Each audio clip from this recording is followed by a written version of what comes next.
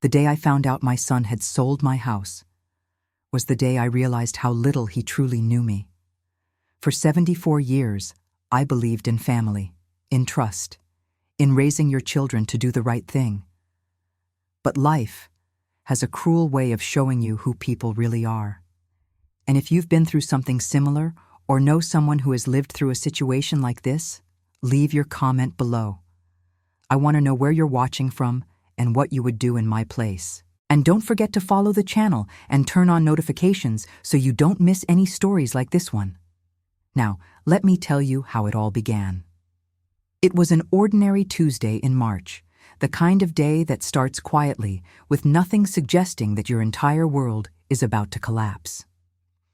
It was raining lightly outside, and I was making chamomile tea in my kitchen, the same kitchen where I had made breakfast for my family for 47 years. The kettle was whistling when the phone rang. "Mom," said Ethan, my only son, with that casual voice he always used when he wanted to sound confident. "I finally sold your house. You'll thank me later. I put the money into an amazing investment for both of us."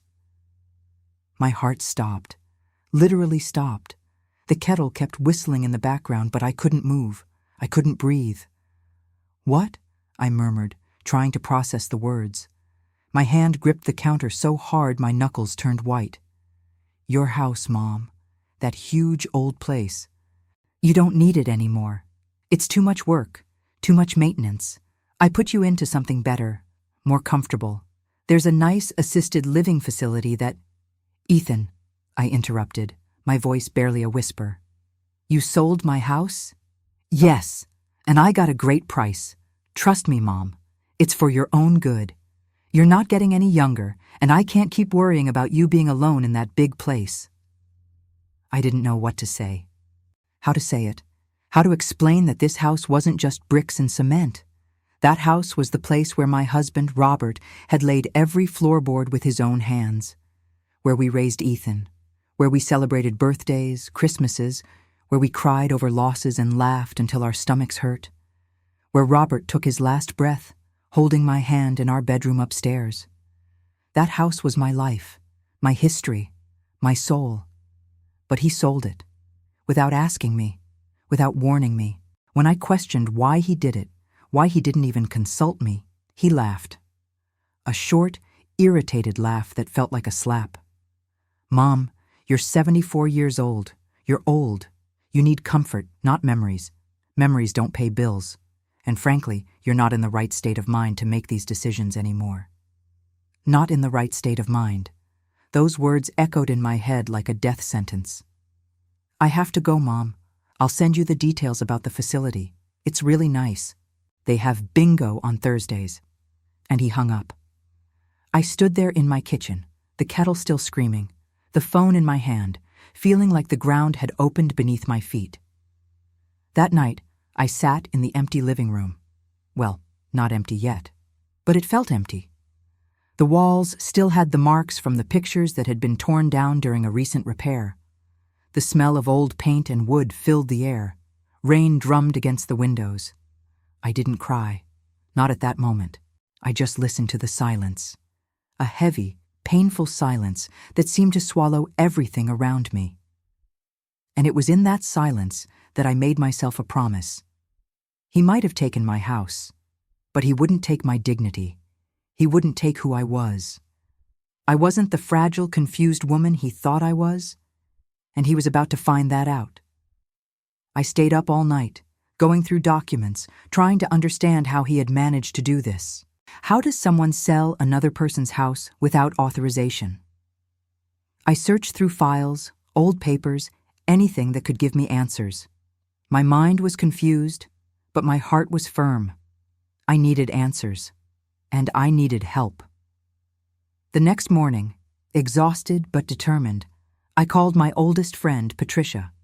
We'd known each other since high school, and she'd been through her own share of family betrayals.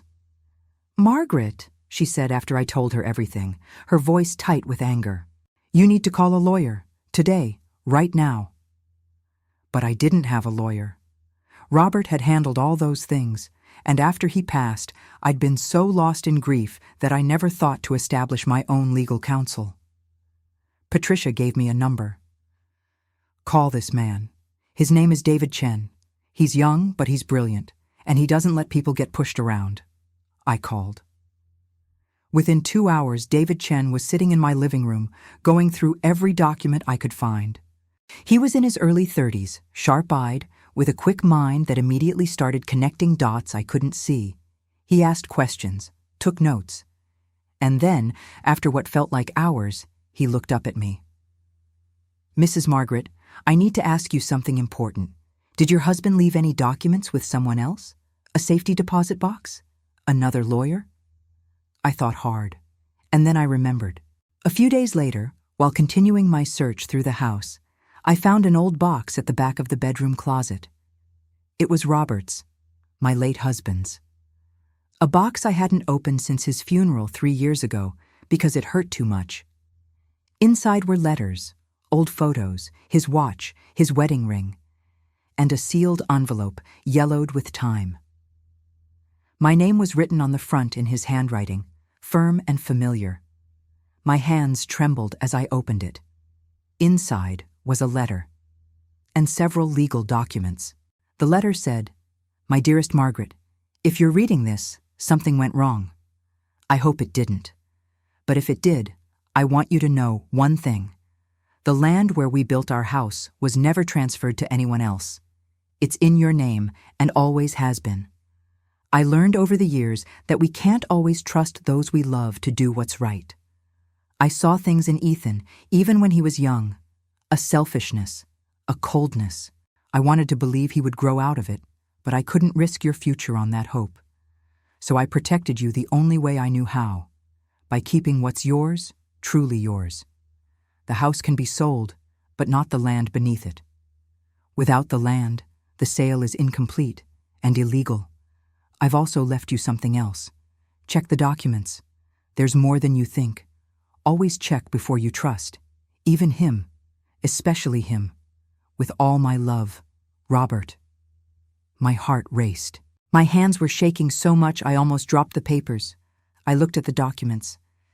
The land deed was there, yes, but there was something else, something I never knew existed. A separate savings account. In my name only, with over $300,000. Robert had been saving for years, quietly, carefully, without ever mentioning it. Money from his construction business, from investments, from years of careful planning. He had protected me, even from beyond the grave. I immediately called David Chen and told him everything. It took 2 more days of investigation, but he called me back with the confirmation that changed everything. "Mrs. Margaret, the house was sold illegally. The land was never transferred. Your son sold something that wasn't completely his. We can reverse this, but there's more." "More?" I asked. "Your son forged your signature on several documents. That's not just civil fraud. That's criminal fraud. If you want to press charges, he could go to prison for 5 to 10 years. Prison. My son. In prison. The thought made me sick, but another thought made me sicker. The fact that he had done this to his own mother. "What do you want to do?" David asked gently. I thought for a long moment. "Reverse the sale. Secure all my assets, but don't press criminal charges. Not yet." "Are you sure?" "Yes. I have a different plan." Ethan thought I was too old to understand paperwork. Too old to defend myself. Too old to fight back. He was wrong. I didn't confront Ethan immediately. That would have been easy, but I didn't want easy. I wanted justice. I wanted him to understand. I worked with David Chen in complete silence. We reversed the sale. We froze the bank account where the money was. We secured every document in my name, this time with witnesses and official records. We also contacted the buyers and explained the situation. Thankfully, they were understanding people who didn't want to be involved in fraud. Then I did something that surprised even me. I moved to a small apartment on the other side of town. A modest place, nothing fancy. I took only what I needed: No one knew where I was. Not Ethan. Not his wife, Clara. Not his friends. I let him believe I was broke, abandoned, forgotten, living in some state facility somewhere probably, since that's what he wanted. And I waited. Because I knew that sooner or later his greed would exact its price. The months passed slowly. Each day was a struggle against loneliness, against the pain of being away from everything I knew. I missed my house. I missed my garden. I missed the creaky step on the stairs, the way the afternoon light came through the kitchen window. But it was also a struggle for my own identity. For the first time in years, I wasn't someone's mother, someone's wife. I was Margaret, just Margaret. And I discovered that I liked that woman. I made friends in the building where I lived. There was Rosa, a widow like me, who taught me to dance salsa. There was Mr. Kim, who shared his homemade kimchi. There was young Sarah, a single mother who reminded me that strength comes in many forms. I started going to painting classes. I read books I had put aside for decades. I took long walks in parks I'd never visited. I started to live again, not the life I had planned, but a life nonetheless. Meanwhile, Ethan was falling apart. David kept me updated. The amazing investment Ethan had made was a cryptocurrency scheme that collapsed within 3 months. He lost everything. Not just the money from the house, but his own savings, his retirement fund, everything. His company let him go when they discovered he'd been using company resources for personal investments. Clara filed for divorce, taking their 2 children and moving back to her mother's house in another state. Ethan's carefully constructed life was crumbling, piece by piece, and still, I waited. 6 months later, I received a call from Clara. I don't know how she got my new number. Maybe from Patricia. "Margaret," she said, her voice tired and sad. "I need you to know. I'm leaving Ethan. He lost everything. The investment he made with the money from the house, it collapsed. We're drowning in debt, and I can't take it anymore. But that's not why I'm calling." She paused. I could hear her breathing, gathering courage. "I found something. Letters. Between Ethan and another woman. This has been going on for 2 years, since before he sold your house. He needed money to support both lives. That's why he did it. Not for you. For her." The world tilted again. My son hadn't just betrayed me for money. He'd betrayed his entire family, for an affair. "I thought you should know," Clara continued. "I thought you deserved to know the truth. I'm so sorry, Margaret, for everything." She hung up before I could respond. I sat there, staring at the wall, feeling something crack inside me. Not my resolve, but my last remaining hope that maybe, somehow, Ethan had convinced himself he was doing the right thing. He hadn't. He'd just been selfish, cruel, and calculated. 2 weeks later, Ethan showed up at my door. I don't know how he found me. Maybe Clara told him before she left. Maybe he hired someone. Maybe he just got lucky. But there he was, thinner, much thinner, older, with deep dark circles under his eyes and wrinkled clothes that looked like he'd been sleeping in them. He looked like a ghost of himself. "Mom," he said, his voice trembling, "I need help." I didn't answer. I just stood there looking at him. This man who had sold my house, who had betrayed his family, who had forged my signature and tried to rob me of everything. "Please," he whispered, "I have nowhere else to go." I made tea. I let him in. But I didn't speak. I let him sit on my couch in my small apartment, and I watched him. Really watched him. And for the first time in my life, I saw my son not as the man he pretended to be, but as the lost, broken boy he truly was. Finally, after the tea was poured, after the silence had stretched so long it hurt, Ethan began to talk. He told me everything, about the affair, about the debt. about how he'd convinced himself that I didn't really need the house, that I'd be better off in a facility, that he was doing me a favor, about how the investment was supposed to solve everything, make him rich, make him successful, make him worthy, about how, when it all fell apart, he realized he'd destroyed everything that mattered. He cried. He cried like he hadn't cried since he was a child, deep, wrenching sobs that shook his whole body. "I ruined everything, Mom," he said, his face in his hands. "I ruined you. I ruined Clara. I ruined my kids. I ruined myself. And I don't know how to fix it. I don't know if I can." I let the silence fill the room again. I let him feel the weight of his choices, the full, crushing weight of what he'd done. Then I stood up and walked to my bedroom. When I came back, I was holding a small envelope. Inside was a copy of the land deed and copies of the forged signatures. "I know what you did," I said softly, my voice steady. "I know about the affair. I know about the forgery. I know everything." His face went white. "Mom, I could have had you arrested, Ethan. David Chen, my lawyer, has everything documented. You would have gone to prison for 5 to 10 years. Do you understand that?" He nodded, tears streaming down his face. "But I didn't. Do you know why?" He shook his head. "Because you're still my son, and because I believe that people can change. But you need to prove it. Not to me, not to Clara, not to anyone else, to yourself." I placed the keys to the property on the table. "I'm going to give you a choice. Not money, not forgiveness, work. You're going to help rebuild that house, not for me but for others. We're going to turn it into a shelter for people who have nowhere to go, for single mothers like the ones you see in this building, for abandoned elderly, for families who have lost everything, just like you have." He looked at me, incredulous. "You want me to rebuild?" "Yes. Every wall you repair will be a lesson. Every room you paint will be a confession. Every person you help will be a step toward becoming the man you should have been.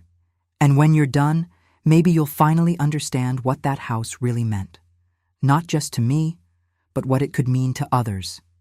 And if I say no," I looked at him steadily, "then I press charges, and you go to prison.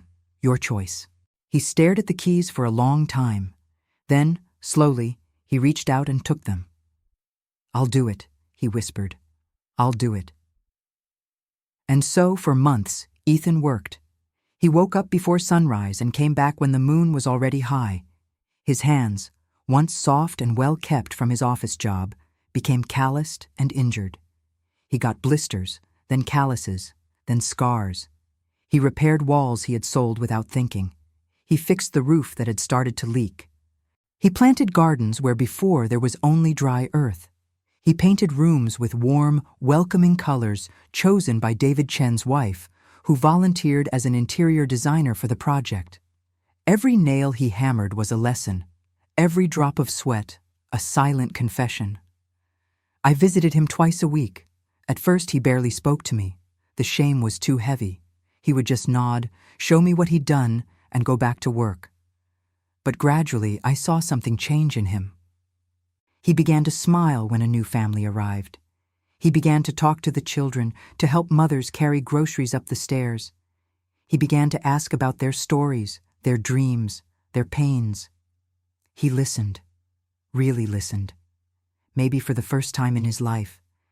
And I realized that somewhere along the way, Ethan had stopped just rebuilding the house. He was rebuilding himself. One day, as I watched from the porch, I saw a little girl about 5 years old running up to him. She was holding a drawing she had made. It was a house with a heart in the middle and stick figures holding hands. "This is for you," she said shyly, "for building our home, for making us safe." Ethan knelt in front of her, took the drawing carefully, and for the first time in months, he cried. But it wasn't a cry of despair. It wasn't a cry of self-pity. It was a cry of relief, of redemption, of finally understanding. Today, almost a year later, I sit on the porch of the rebuilt house and watch families arrive. There's children's laughter echoing through the halls. There are tables being set for communal dinners. There are conversations, hope, life blooming in every corner. The house my husband built with his own hands, the house my son sold out of greed and selfishness, is now a home for those who need it most. And Ethan? Ethan is inside, helping a single mother fix a leaky faucet while her kids do homework at the kitchen table. He smiles now, not from pride, but from peace. He's still paying off his debts, still rebuilding his life, still trying to reconnect with his children, who are slowly, carefully beginning to trust him again. But he's doing it the right way, the hard way, the honest way. I learned something over these months, something I wish I'd understood earlier in my life. Forgiveness isn't about forgetting the past. It's not about pretending nothing happened. It's not about being weak or letting people walk all over you. Forgiveness is about giving someone the chance to build a better future, but only after they've faced the full consequences of their past. It's about understanding that we all make mistakes. We all fall. But what matters is whether we're willing to get up and do things differently, whether we're willing to do the work. My son betrayed me. He sold the house I loved. He broke my trust in a way I never thought possible. He lied, he cheated, he forged documents, he destroyed his family. But he also taught me something. That true love isn't just about protecting. It isn't about shielding people from pain. Sometimes true love is about letting people face the consequences of their choices, and being there, not to catch them when they fall, but to show them how to stand back up. I look at the horizon and see the sun setting behind the trees Robert planted decades ago. I feel the cool breeze on my face. I hear the sound of children playing in the yard where Robert and I used to sit and plan our future. And I realize that, despite everything, I'm at peace. Because this house, this home, is no longer just mine. It belongs to everyone who needs it. And maybe that's how it should have been from the beginning. Ethan approaches the porch, tired but satisfied. He's holding a small bag of tools. He sits down next to me, in silence, just like he used to do when he was a little boy. "Thank you, Mom," he finally says, "for not giving up on me, for not letting me give up on myself." I take his hand, rough and full of scars from hard work, real work, honest work. "I never gave up, my son. I was just waiting for you to find your way back. Not back to me, but back to yourself." He rests his head on my shoulder, and we stay like this, watching life happen around us. Yes, he sold my house. He betrayed me in the worst way possible. He hurt everyone who loved him.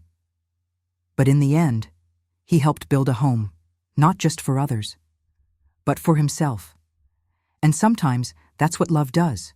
It doesn't protect you from pain. It doesn't spare you from consequences. It doesn't make excuses. True love gives you the tools to rebuild and stands by your side, not to do the work for you, but to remind you why the work matters. If this story touched your heart, leave your comment below. I want to know, where are you watching from? And what would you do if you were in my place? Could you forgive?